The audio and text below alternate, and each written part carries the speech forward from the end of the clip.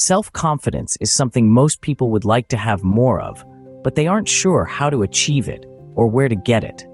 The first time you really ever got into trouble was when you thought that you appreciating yourself was bad.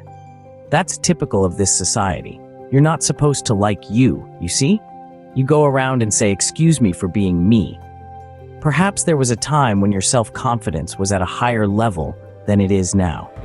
You may have felt more certain and trusted yourself a bit more. You knew what you could do. You had good self-confidence. Do you remember such a time, or was it too long ago?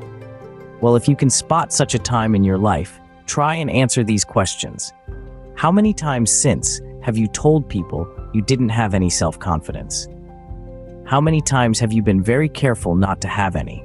How many times have you falsely and needlessly sought for somebody's opinion on something? See what you see, not what someone tells you that you see. What you observe is what you observe.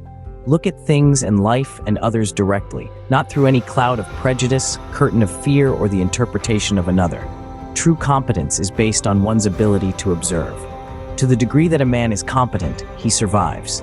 To the degree he's incompetent, he perishes. There is a lot of false data around. Has there ever been an instance when another had some false data about you? Did it cause you trouble? The process of learning is not just piling data on top of more data. It is one of obtaining new understandings and better ways to do things. Those who get along in life never really stop studying and learning. Don't do anything as though you were an amateur. The ingredients of competence include observation, study, and practice. Develop the frame of mind whatever you do, you are doing it as a professional, and move up to professional standards in it. So learn this as a first lesson about life.